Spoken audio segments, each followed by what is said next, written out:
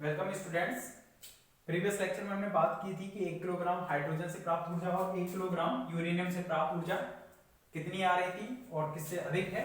तो संलयन से प्राप्त ऊर्जा अधिक थी, तो नाभ के विखंडन हो गया कंप्लीट आपका, नाभ के संलयन भी हो गया, तो नाभ के संलयन अधिक लाभकारी आ रहा था।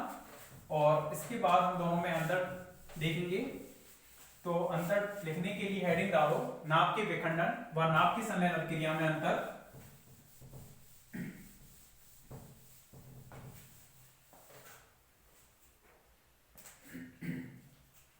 नाभ के विखंडन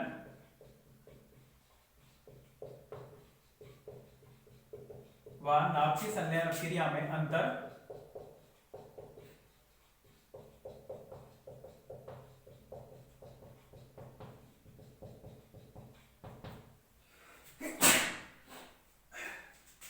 अभिक्रिया में अंतर हेडिंग डाल दो इसको, और एक तरफ इसमें लिख देना यहां पर नाभ के विखंडन, और एक साइड में लिख देना संलयन, नाभ के संलयन।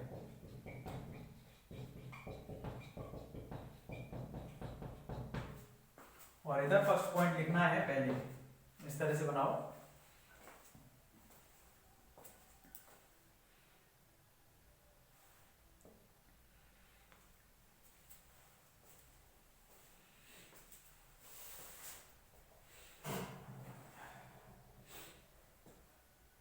नाभ की विखंडन में फर्स्ट पॉइंट लिखना, जब एक बारी नाभिक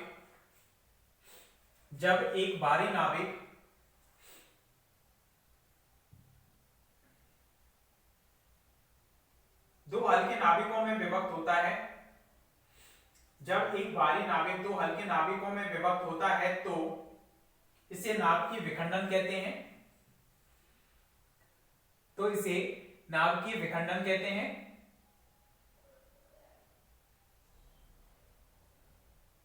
नाभ के संलयन की साइड में लिखें, जब दो या दो से अधिक हल्के नाभिक आपस में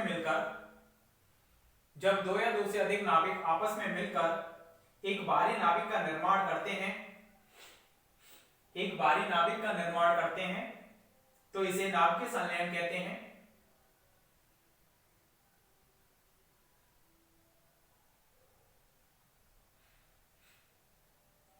तो इसे नाभ के संलयन कहते हैं। सेकंड पॉइंट लिखना विखंडन की साइड में, प्रति परमाणु 200 मेगा इलेक्ट्रॉन वोल्ट ऊर्जा प्राप्त होती है। सेकंड पॉइंट लिखना, प्रति परमाणु 200 मेगा इलेक्ट्रॉन वोल्ट ऊर्जा प्राप्त होती है। और संलयन साइड में लिखना, प्रति परमाणु 7.2 मेगा इलेक्ट्रॉन वोल्ट ऊर्जा प्राप्त होती है। प्रति परमाणु 7.2 मेगा इलेक्ट्रॉन वोल्ट ऊर्जा प्राप्त होती है।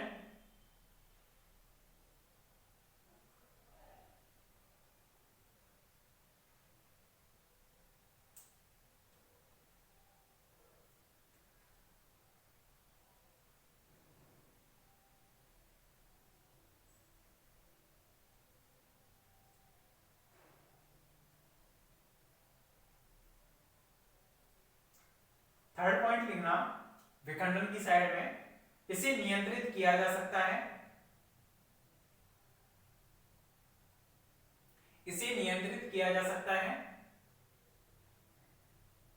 और उधर लिखना, इसे नियंत्रित नहीं किया जा सकता। संलयन अभिक्रिया को आप कंट्रोल नहीं कर सकते। एक बार उसको करोड़ों केल्विन टेम्परेचर मिल गया तो अब पूरा हाइड्रोजन जब तक खत्म नहीं हो जाएगा उसमें जितना भी है तब तक वो बर्न होता रहेगा, और आप उसके पास भी नहीं पहुंच सकते इतने टेम्परेचर में कि उसमें से हाइड्रोजन को निकाल आए, क्योंकि उसके पास पहुंचना मतलब सूर्य के पास पहुंचना है, बिल्कुल एग्जैक्ट, क्योंकि वहां का भी टेम्परेचर करोड़ों केल्विन होता है, सूर्य का भी, बारीक कोर का, और इसमें भी इतना ही टेम्परेचर है।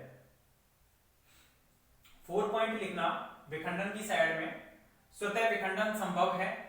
स्वतः विखंडन हो सकता है, पढ़ा तो स्वतः संमित विखंडन। 4 पॉइंट उधर लिखना संलयन की साइड में, स्वतः संलयन संभव नहीं है। स्वतः संलयन संभव नहीं है।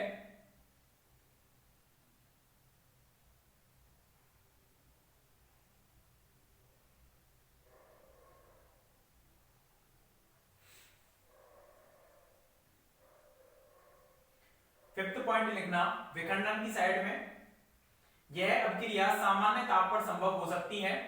जो विखंडन है वो सामान्य ताप पर संभव था, लेकिन संलयन के लिए हमें उच्च ताप और उच्च दाब की आवश्यकता थी। यह अभिक्रिया सामान्य ताप पर संभव हो सकती है। इधर लिखना संलयन अभिक्रिया होने के लिए उच्च ताप, ब्रैकेट में लिख देना, लगभग 10⁻7 डिग्री एवं उच्च ताप, उच्च दाब एवं उच्च दाब की आवश्यकता होती है। उच्च ताप ब्रैकेट में 10⁻7 डिग्री व उच्च दाब की आवश्यकता होती है।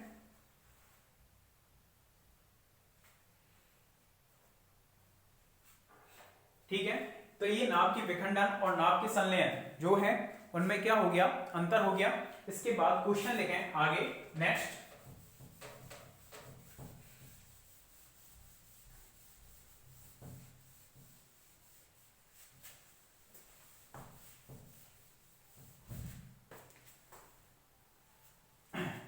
क्वेश्चन देखो, एक संलयन रिएक्टर, जैसे नाव की रिएक्टर होता है उसमें विखंडन होता है, तो संलयन रिएक्टर यानी कि उसमें नाव की संलयन अभिक्रिया हो रही होगी। एक संलयन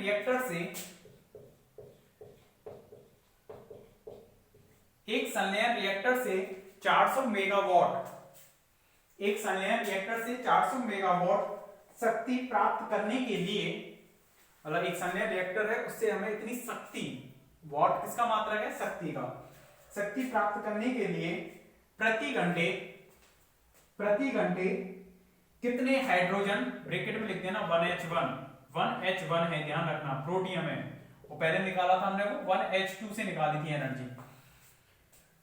तो शक्ति प्राप्त करने के लिए प्रति घंटे कितने हाइड्रोजन, ब्रैकेट में लिख देना 1H1 की आवश्यकता होगी।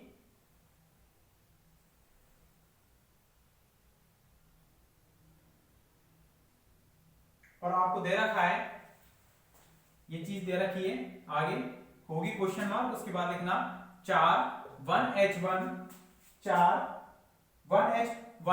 परमाणुओं के, 1H1 परमाणुओं के हीलियम में संलयन से 1H1 परमाणुओं के हीलियम में संलयन से 27 मेगा इलेक्ट्रॉन वोल्ट एनर्जी प्राप्त होती है। यानी 1H1 आपस में मिलकर हीलियम बना रहे हैं, तब वहां पर 27 मेगा इलेक्ट्रॉन वोल्ट एनर्जी हमें क्या हो रही है, प्राप्त हो रही है। ये आपको गिवन है, ये चीज आपको दी हुई है।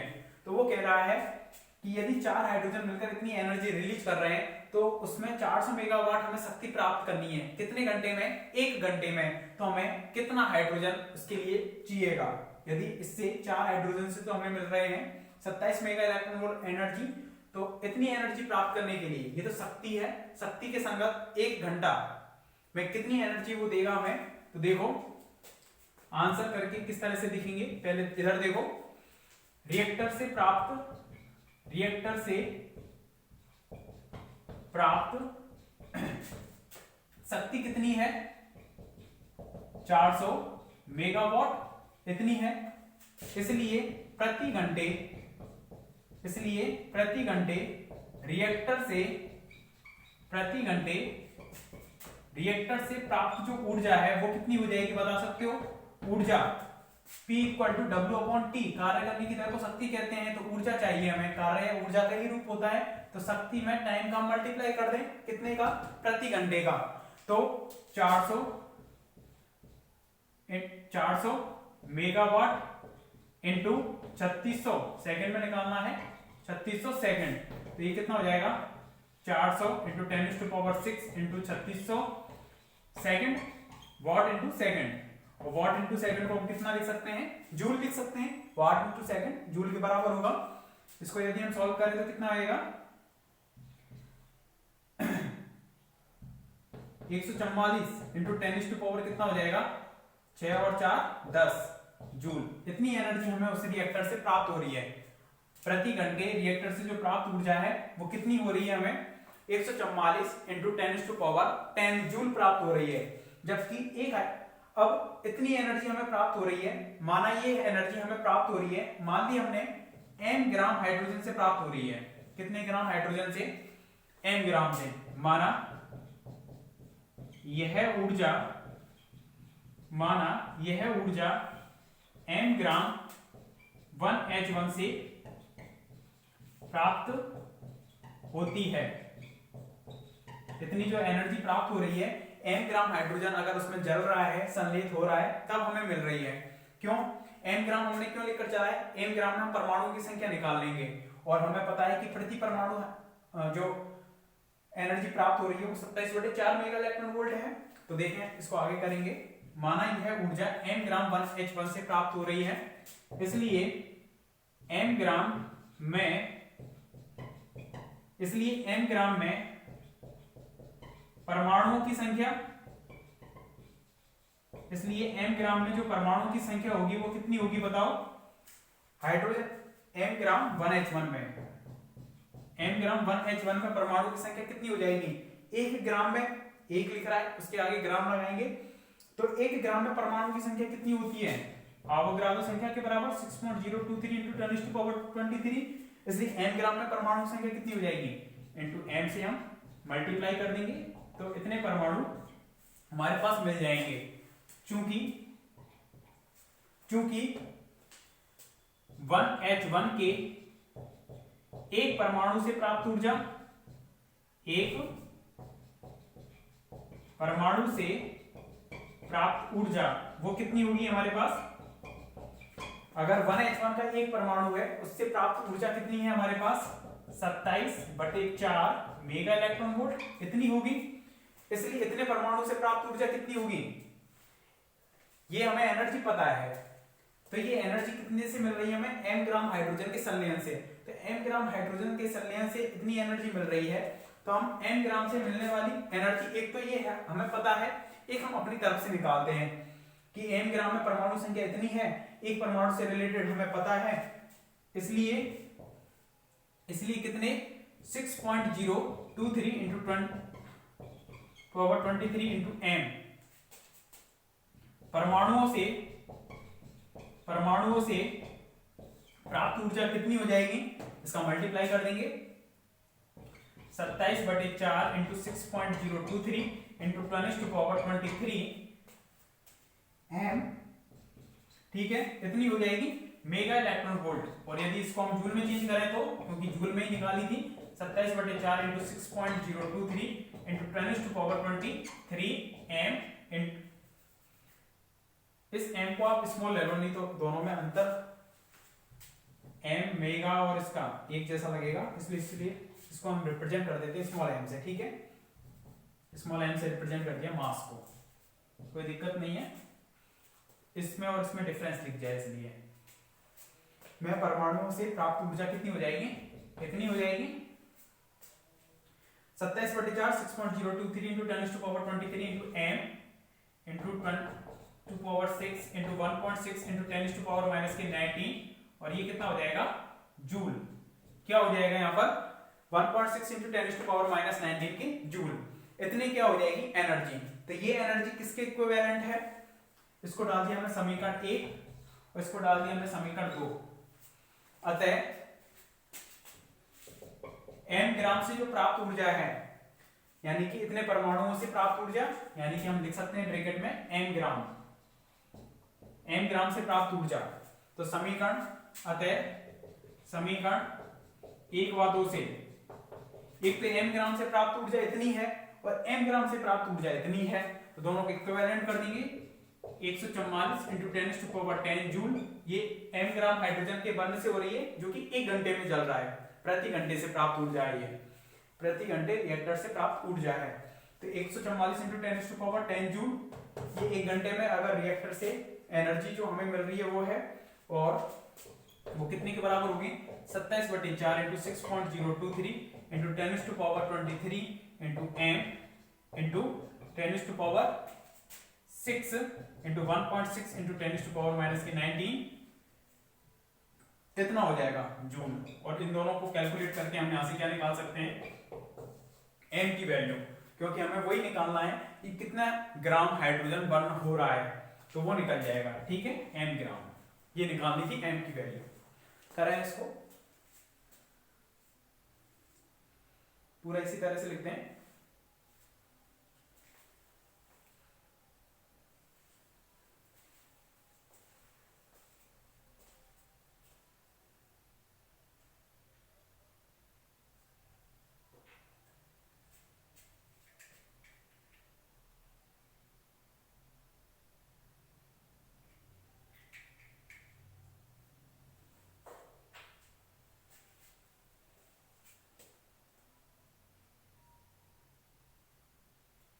ये जो ऊर्जा है वो भी m ग्राम हाइड्रोजन से प्राप्त हो रही है, और ये भी हमने m ग्राम से अपनी तरफ से निकाला, दोनों इक्विवेलेंट की, और वहां से m की वैल्यू निकाली, और यहाँ जो m की वैल्यू आएगी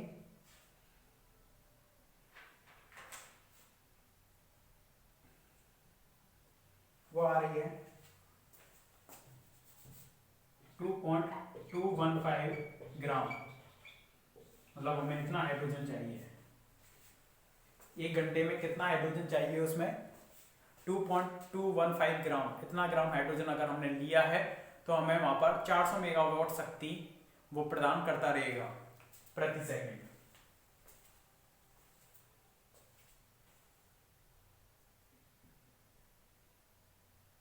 प्रति घंटे।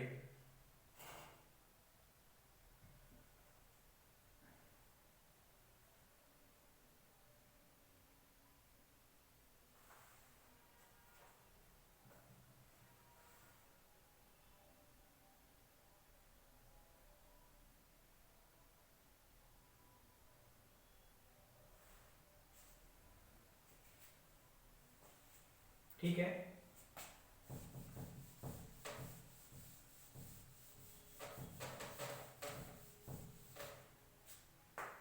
समीकरण एक बार दूसरे इस तरह से लिख देना यहाँ पर, और इसको कंप्लीट करने के बाद नेक्स्ट क्वेश्चन लिखना है।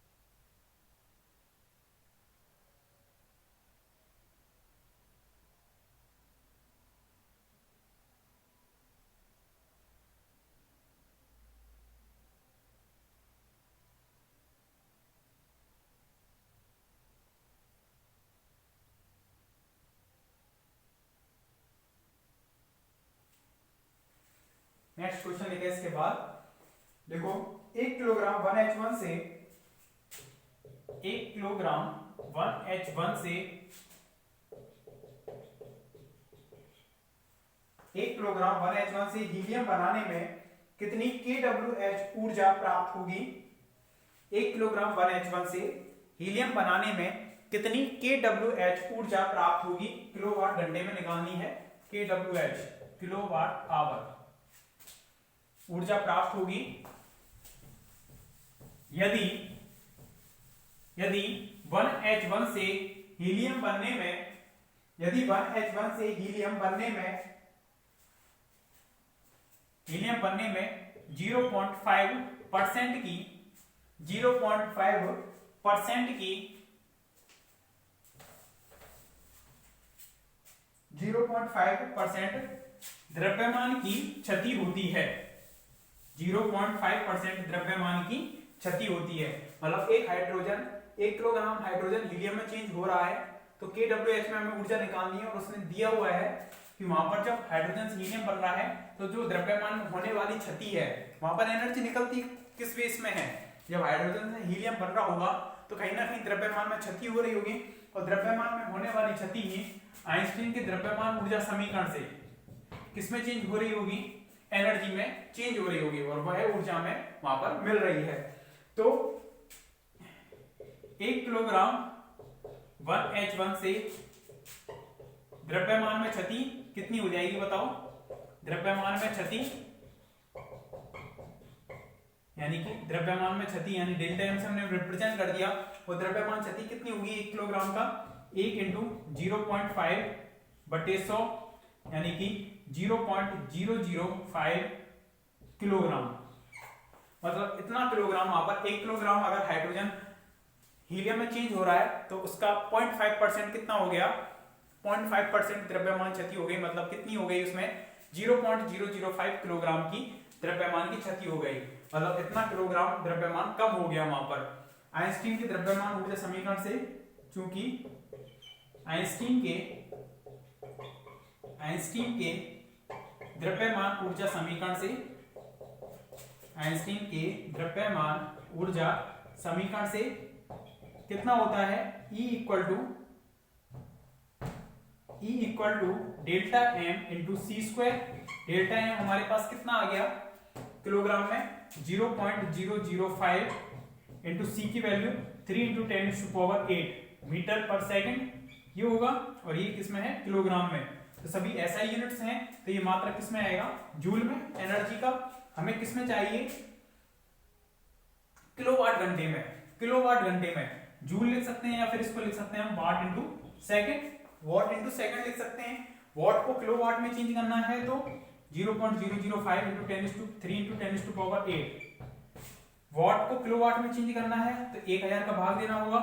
सेकंड को घंटे में चेंज करना है तो 3600 का भाग देना होगा। और इसको सॉल्व करेंगे तो ये किसमें आएगा किलोवाट इंटू आर में, किलोवाट घंटे में। तो इसको सॉल्व करके बताओ कितनी ऊर्जा आ रही है यहां पर। करिए इसको।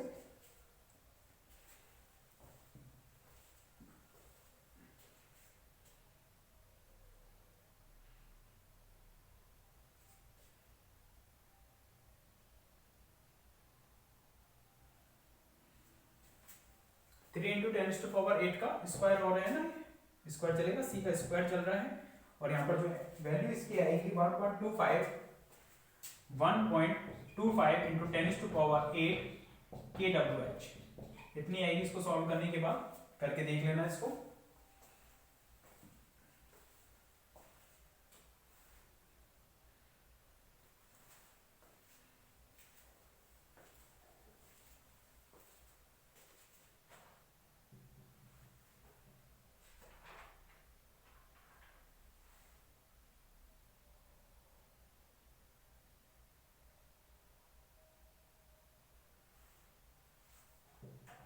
ठीक है, इस तरह से अगर वो केवल जूल में कहता तो यही छोड़ देते, और kWh में है तो इसमें ये इलेक्ट्रॉन वोल्ट में भी पूछ सकता था।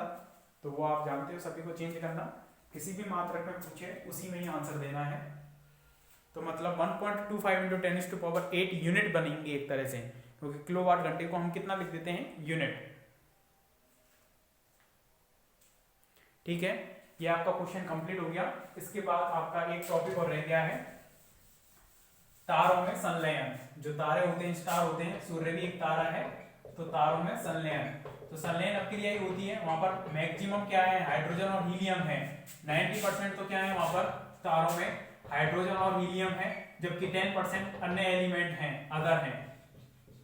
अदर हैं वो कितने हैं 10%, जबकि हाइड्रोजन और हीलियम है 90%। तो वहां पर हाइड्रोजन है हीलियम में बनता रहता है। तो वहां पर संलयन के फलस्वरूप हमें क्या मिलता रहता है संलयन के फलस्वरूप हमें एनर्जी मिलती रहती है। अच्छा एक बात बताओ, जब वहां पर संलयन प्रक्रिया स्टार्टिंग हुई होगी, इस चीज को देखते हैं कि जब वहां पर संलयन प्रक्रिया स्टार्टिंग में हुई होगी तब उसके लिए टेम्परेचर चाहिए होगा कितना कितना चाहिए 10⁻7 डिग्री। तो वो टेम्परेचर आखिरकार मिला कहां से होगा, जैसे सूर्य में स्टार्टिंग से ही जब से सूर्य का निर्माण हुआ है उस टाइम से ही उसको हाइड्रोजन को हीलियम में चेंज होने के लिए स्टार्टिंग में इतना टेम्परेचर चाहिए होगा। और उसके बाद तो वहां पर हाइड्रोजन पर्याप्त मात्रा में जो अभी तक बर्न होता हुआ जा रहा है वहां पर लगातार हीलियम में। और ऐसा कहा जा रहा है कि अभी लाखों अरबों वर्षों तक, लाखों करोड़ों वर्षों तक सूर्य ऐसी ही हमें ऊर्जा देता रहेगा। मतलब अभी भी उस पर हाइड्रोजन सफिशिएंट मात्रा में है, पर्याप्त मात्रा में है। तो स्टार्टिंग में ये टेम्परेचर कहां से आया उस पर, तो इसके लिए जो बिग बैंग हुआ था उससे हम समझ सकते हैं। बिग बैंग बताया था मैंने कि सबसे पहले ये पूरा ब्रह्मांड था, ये इतना नहीं था, एक पॉइंट मात्र था, एक एनर्जी का इनफाइनाइट पॉइंट था, ये एनर्जी का इनफाइनाइट पॉइंट। इसमें अचानक से क्या हुआ, विस्फोट हुआ, और विस्फोट होने से गामा प्लस गामा रेडिएशन है वो इलेक्ट्रॉन प्लस पॉजिट्रॉन में इस तरह से मास में चेंज हुई। तो वहां पर उसका जो टेम्परेचर था, इनफाइनाइट एनर्जी थी, मतलब पहले ही उसका टेम्परेचर करोड़ों में था, जब उसका विस्फोट हुआ उसी से मास चेंज हुआ, और मास चेंज हुआ तो उसी से सूर्य बना होगा। तो सूर्य पर जब बना होगा उसी टाइम पर टेम्परेचर कितना बना हुआ है, 10⁻⁷ बना हुआ है उसी टाइम से, ठीक है। तो उसकी वजह से जो हाइड्रोजन और हीलियम बने हैं उनका लगातार क्या हो पा रहा है, वहां पर संलयन हो पा रहा है। अब आपके दिमाग में ये भी आ रहा होगा कि ये इनफाइनाइट पॉइंट कहां से आया। ये जो बिग बैंग थ्योरी स्टार्ट की जाती है कि सबसे पहले जो ब्रह्मांड था इतना बड़ा नहीं था, एक पॉइंट मात्र था, अब ये पॉइंट कहां से आया। तो इसका अभी तक साइंटिस्ट ने कोई भी जवाब नहीं दिया है कि इस सिंगुलरिटी से पहले क्या था, इस सिंगुलरिटी से पहले क्या था। सिंगुलर था हमारा पूरा एक पॉइंट मात्र था, इतना बड़ा ब्रह्मांड आप देख रहे हो, सूर्य पृथ्वी सब कुछ जो भी है, बुध शुक्र पृथ्वी मंगल जितने भी ग्रह देख रहे हो, और आसपास जितने भी उपग्रह हैं उन सभी को देख रहे हो, वो सभी एक पॉइंट मात्र थे, इतना बड़ा ब्रह्मांड नहीं था। धीरे धीरे इसका विस्तार होता गया और लाखों करोड़ों वर्षों में इतना बड़ा ब्रह्मांड हमारा, और लगातार अभी भी विस्तार हो रहा है। थर्मोडायनेमिक्स में पढ़ते हैं, लगातार हमारे जो ब्रह्मांड की एंट्रोपी है वो बढ़ती हुई जा रही है, क्योंकि लगातार उसका क्या हो रहा है, फैलाव होता हुआ जा रहा है। तो इससे पहले क्या था, अभी तक इसका साइंटिस्ट भी जवाब नहीं दे पाए कि उस सिंगुलरिटी से पहले क्या था, मतलब वो इनफाइनाइट पॉइंट भी कहां से आया। तो ये कहीं ना कहीं प्रूफ करता है इस चीज को कि जो गॉड है वो एग्जिस्ट करता है इस ब्रह्मांड में कहीं ना कहीं, क्योंकि उस इनफाइनाइट सोर्स को, इस इनफाइनाइट पॉइंट को भी लाने के लिए कोई ना कोई पावर रही होगी, कोई ना कोई ऊर्जा रही होगी, और वो ऊर्जा ही क्या है, गॉड है, भगवान है। तो उस भगवान के रूप में ही एक तरह से हम भगवान है, वो एक तरह से क्या है, एनर्जी है। क्या है, एनर्जी है, ठीक है। इस चीज को मैं क्लास में बहुत अच्छे से समझा चुका हूं, और कभी टाइम मिलेगा तो और समझाएंगे। आज के लिए इतना ही, थैंक यू। आगे देखेंगे नेक्स्ट लेक्चर में।